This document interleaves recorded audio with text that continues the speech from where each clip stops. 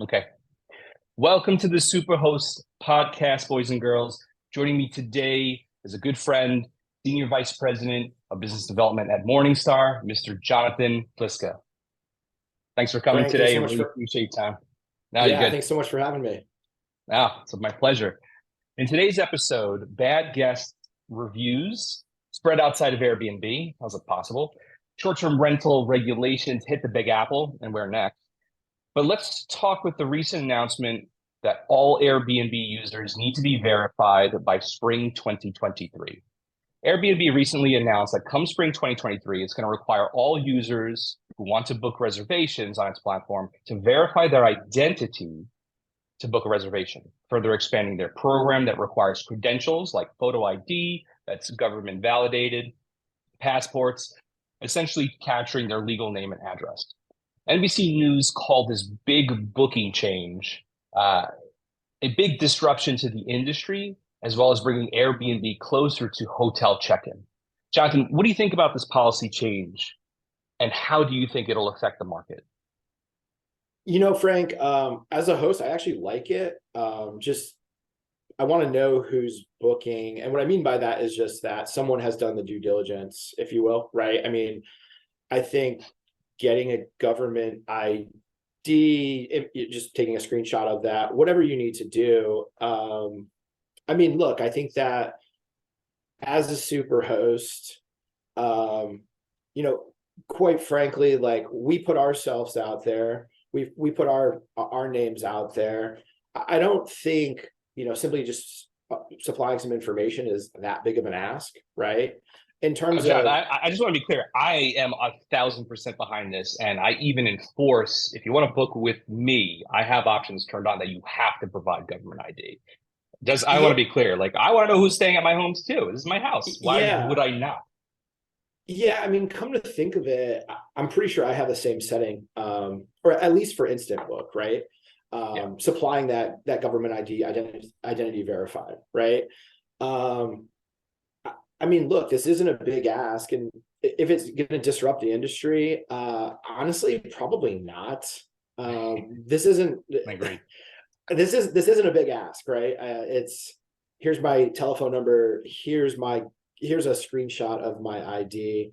I think most reasonable guests are going to feel completely comfortable with that because essentially the host is ultimately doing the same thing, right? I think it just, if anything, I think it's probably going to be a positive for the platform's in entirety, because it's going to add an extra level of credibility, and you're going to hear, less and less stories of, I mean, even from a host perspective, oh, we had this guest come, they threw a party, um, you know, just kind of weeds out bad actors, if you will. So Yeah, so if I remember the article that was pumped out by NBC News, they were saying that they felt that this brings it closer to the hotel industry, as in like a check-in booth when you first walk in and you give your ID. Now, I think that's a stretch, personally. I think it's a big stretch because, in all honesty, I don't know any real estate asset that has someone residing there that governments don't know who's there, right? So if anything, this is more of a safety protocol for not just the hosts themselves, but the local municipals. Now, I understand people want to be anonymous. I understand privacy concerns, but this isn't a privacy thing. This is a safety thing for neighborhoods and for hosts and for everyone. I've had I've had plenty of guests come from overseas and stay at some of my properties personally. And it's quite nice to know that they provided their passport and they've went through all of the requirements to be able to stay at my home. Now, I have no problem. I assume Airbnb takes care of all of that. So to me, it's basically table stakes. Anyone who says otherwise, I don't think that they're looking at the bigger picture. I don't think that they own an asset where they have guests staying, because there's a little bit more of a personal touch and an emotional connection to what. Yeah, it's even though it's your investment property or your own personal home, you still want to make sure that that's in good shape, and you want to know that the person staying there is going to be a good shepherd of your of this investment that you've done, right? That, at least my feelings. yeah, I mean, look, the media has a job, and that's to get clicks, right? And by, framing this and telling us that it's going to disrupt the industry, um, look, I mean, there's a sensationalistic element to that headline and that conversation where honestly, like for you and I and other super hosts, it's really not going to impact our day to day other than give us greater peace of mind that the folks that are staying in our properties have been well vetted from that regard of other than like, this is a real person that exists, and you can feel comfortable because look, I mean, I think from a guest perspective, I think there's always an anxiety of, especially if you're unfamiliar with the platform, right? Definitely. Does this property actually exist? Is this person who is the supposed host, are they going to actually supply me with the information to access this property, right? And from a guest perspective, I mean, not necessarily for us because we've been doing this, but let's just say you're a first time host, you want to know that somebody's actually on the other end and going to come to the property, and there's no plans of doing anything egregious. So I think, quite frankly, this just ultimately creates more comfort collectively, and it is a good thing. I mean, I've got zero issues with Definitely. it. And look, I mean, like I said, the media is going to create the story to create the clicks, and that's fine, right? Clickbait. So I'm going to the Exactly. notes. So I looked at, so first, shout out to Tara Bunch. She's the global head of operations for Airbnb. So 80% of all bookings already use some sort of a verification. So regardless, like it's not that big of a deal. It's definitely a lot of clickbait, I'd say. What she's been focusing on is that increased accountability and the decrease of fake IDs to reduce like dupes and scams is like the priority to protect hosts. So it's nice to see that they're creating some feature sets or some more enforcements to help hosts, but also to make the platform safer for communities. So let's move on to the next topic. I want to make sure that we're good on time. Um, there was a recent article in NPR that was talking about New York City's newest short-term rental regulations and felt that about 10,000 Airbnb listings were going to be removed from the platform, right? So this new short-term rental regulation law was put forth by the administration of New York City, by Mayor Adams, and it requires the short-term rental platform Airbnb to share information about listings. Jonathan, what does this really mean for New York City? And do you see this becoming more and more common around the US? For New York City specifically, and I don't have the boots on the ground that you do. I can speak to the Oh, experiences. We're actually going through regulation currently in Lexington, and so I'm actually deeply involved with a few city council members. We have a working group of short-term rental hosts, as well as folks who represent different neighborhood associations, as well as some folks from different tourism boards. And mm, quite frankly, the long short of it is just making sure that the taxes are being collected, right? In Lexington, we have 4% for one tourism entity, 4.5% for another tourism entity, 1% for the state of Kentucky, and then that gets added to the room rate, and then there's obviously the 6% sales tax in Kentucky added to that. But I think more like what we're seeing in terms of is you're making sure that there is and it becomes I wouldn't call it a money grab, so to say, but like weeding out you bad can call it actors money grab. well, I mean, like weeding out bad actors from a hosting perspective as well, right? They want to make sure that folks are on an Airbnb or VRBO platform, and if they are doing direct booking, they're actually collecting the city is collecting the appropriate taxes, so they want to find out who the short-term rental owners are. That way they Mhm. can collect the appropriate taxes. And we've got other density conversations going on. We have neighborhood associations, and look, in these meetings, all these folks, they're saying the same tired arguments that you would expect them to. We're losing the identity of the neighborhood. There's all these loud parties, and then when you actually press them on, like, has there actually been have you seen a party? Have you been disturbed? I mean, they haven't. I mean, that's No, the short answer, right? no, usually not. Exactly. I Usually mean, not. if there's any issues in their neighborhood, 9 times out of 10, or hell, 99 times out of 100, it's a long-term rental, right? So, I mean, all these changing identity of the neighborhood, all these parties. Why don't you ask the small local restaurateur in a neighborhood how they feel about short-term rentals? They love it, right? I mean, Yeah, of course. people It's don't come business. exactly. People don't come and stay in a short-term rental and cook, right? They go out to dinner every night. They pay patronage to local bars and restaurants and um, other They local bring businesses. revenue to the Exactly. local economy. I have a very strong opinion on this, and I want to make sure that we're good on time. So I'll be brief. So just going back to the New York City thing. So I dug deeper into this. And what I read was that the local governing body in New York City doesn't have the human power to cover all of the regulations and to enforce the law. That's why they're just throwing these laws blindly.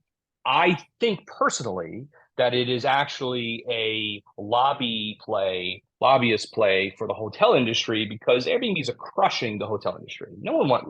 Many people do not want to stay at a hotel for a variety of reasons. Now,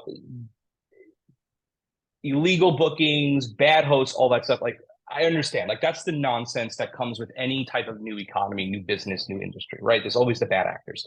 But in reality, like with average rents in New York City around $4,000, people need some sort of way to alleviate this pressure. So there's a couple things that what I think that New York City doesn't look at. I don't really think that they're looking deeply at the issue itself. I think that they're just being pressured to make change instead of actually thinking through the process and how they can enhance it, right? Having Airbnb guests, host register to the New York City database and having Airbnb push their data to the New York City database is fine, right? That's not a big deal. There's penalties if you don't do it, like $1,000 to $5,000, whatever. But more importantly, I mean, the 10,000 listing thing, whatever, it could be bad listings. It could also be people who don't want to report it because they don't want to get fined and they're just looking to make money. But going back into what you were saying, because you went off on a different way to view this, I always feel that regardless of the parties or the not knowing your neighbor, at the end of it all, like what if your neighbor's a dick? What if your neighbor is a hoarder and just ruins the property value? Like there's so many things that a long-term resident can impact versus a guest that's staying for a few days and goes, right? And at the end of it all, if a short-term rental guest is causing an issue, there's repercussions for that, right? They get kicked off the platform, they get penalized, cops get called. Like this is a normal thing, and that can happen if you have a bad neighbor, right? I've had issues with tenants and neighbors in the past where the dog was barking all hours of the night. Like, come on, it kills me, right? But that's not going to happen in a short-term rental because the turnover is so quick. I dare to say that it's the haves versus have-nots oftentimes, and I feel that the have-nots complain to the local enforcement agencies. I've been to a few town halls where I've had people complain, like, I don't know my neighbors, and there's parties there. I'm like, have you ever reported it? Is there an uptick in crime? You haven't reported it, and there's no uptick in crime. So, like, what is the actual problem here? Like, show me the data, because all I see is tax revenues up, local city councils happy, right? So we went over the time by a few. Want to give you any closing statements on it or any closing thoughts? Yeah, just real quick, you make an interesting point about hosts supplementing high New York City rental Oh, or it's so bad costs, here. right? Oh, With income so from bad. Airbnb. We're seeing the other side of the coin where there's a contingency, and I think I don't think that there's actual hard data backing this up, but what we run into is this conversation of, oh, well, all of these short-term rental owners are buying residential real estate and now I can't afford to buy a house. That I mean, I've heard that. Yeah. that's what we see like here. And it's like, well, no, I mean, maybe that's a 2% sliver of that, but I think there's other factors at hand and at play there. And it's a tired argument. So you have like multiple sides of the coin here. You have folks who, think that they would otherwise be able to afford a home. And you have these old, we'll call them like old legacy neighbors, almost kind of like teaming together, and short-term rental hosts become an easy target, right? Like it's very easy to look at your neighbor who moved out and realized, well, instead of selling my home, I turn this into a short-term rental, and it's the best thing that I could have ever done for, myself and my family, and we have this extra Definitely. revenue. And there's a jealousy factor, right? Haves versus have-nots. Exactly. Yeah. Going I back to believe your it. point, but I mean, I think Yeah. every market's different in terms of like what they're going to struggle with, right? I mean, I think in New York, you put out a perfect example of, are they talking to people who the success story of, hey, I am able to afford my home because I'm able to, rent this space out, right? Of course not, right? That was Airbnb's marketing for New York City residents, because initially there was goals to New York City local so New York City was looking to ban Airbnb, period, in early discussions. And look, lots of back and forth, lots of PR for sure for the industry. Hawaii, Oahu, at least banned any Airbnb under 30 days, decimated the market. And they were saying they're trying to keep homes affordable for local residents, which is total bullshit. And you're basically not trying to fix the problem. You're just pointing fingers and making a change because no one's really sitting through the data and trying to figure out a problem. And that, I mean, it's a bigger thing. But let's move on to the final topic, which is there are multiple reports that guests who have bad experiences or just don't like the hosts are taking the bad reviews specifically to TikTok and YouTube Shorts to further slam a host. As of today, Airbnb hasn't commented on this trend, but I could imagine as a host myself, I'd be fucking pissed off, especially if it wasn't my fault, or especially if it was a BS. Jonathan, if you saw your listing on TikTok in a negative way, when you know that this wasn't you or your fault or even real, how would you react, and what do you think Airbnb should do? So this is the first time I'm hearing about this, and it actually kind of terrifies me, right? Oh, it's great. And I You should don't, see it. It's really fucked up. Really fucked up. and look, like I don't admit to like know all of the intricacies of social media clout and all of that, but I think it would be, I mean, clearly this is done to grab Strong. attention, right? Yep. And Or someone's really pissed off and they're just like, I'm doing yeah, this. Like, I'm having this. I mean, I think back to, and I've been grateful where I only have 5-star reviews, which I'm incredibly grateful for, and I've worked really hard for, and have probably gone above and beyond more so than I should. But yeah, I can't imagine someone going like what does Airbnb do about this? Like I don't know. It's got to be like, I've looked at their policy. Like a couple times I've had someone try to blackmail for like money. Like, oh, like after the fact, we had this issue, I can give you a good review, but we're thinking about some sort of concession. And I'm like, what the? This is after the fact, right? And I've had also guests who they left a great review, and our cleaners saw they trashed the place, damaged stuff. And we're like, hey, you can't do this. And we put a review on them. Like they were great communicators, whatnot, but they left our place in really bad shape, and we had to penalize them for a couple things that they broke, like legitimately broke. No ambiguity there.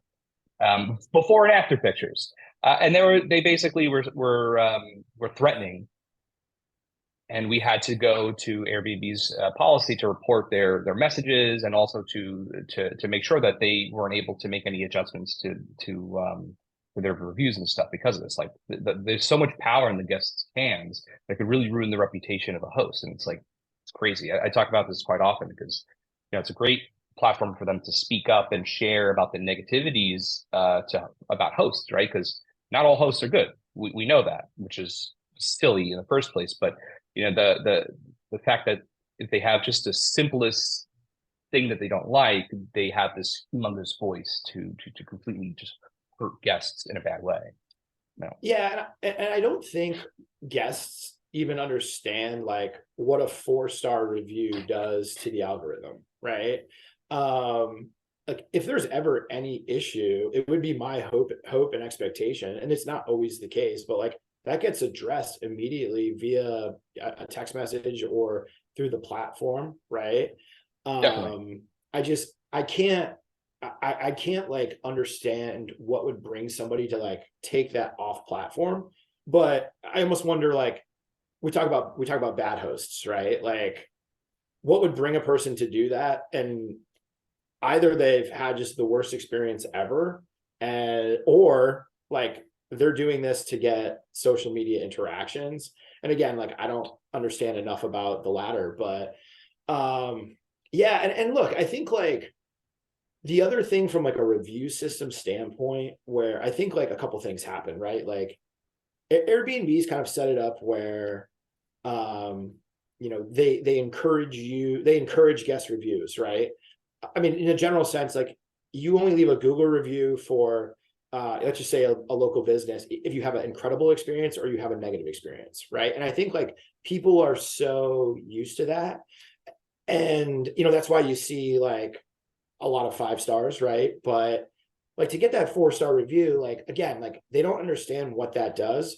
But I think in a lot of people's minds, like a 4 out of 5 stars, like, yeah, this is really good, right? And like docking somebody a star because the batteries went out of the thermostat and you dropped everything what you did that day and you had it changed within an hour, and then like giving that person a 4-star versus a 5-star and like not understanding that things happen, like I think that's what a lot of superhosts, quote unquote, what we deal with, those type of experiences. But like for somebody to go out like off platform, yeah, I mean that's just insane to me. It's bonkers. Well, I've actually seen a couple of these. If you go on TikTok and you just search Airbnb, bad Airbnb or anything around that, you'll see some stuff. I think it's around where the hosts do negative things or the place is trashed. Like I can totally get that, right? If the place is a mess when you get there and it's in bad shape, yeah, maybe you want to go a step further and alert other people, hey, this is bad. But like for someone to be really pissed off and to slam a host in a way that just it's negative, if their experience isn't as good, that's completely unfair. I don't know, but then again, it's people. Yeah, I mean, They're gonna do what they want. Yes, they're gonna do what they yeah, want. yeah, and look, I mean, going You back can't stop to it. yeah, exactly. I mean, and going back to like a previous topic, right? Like if we continue to see more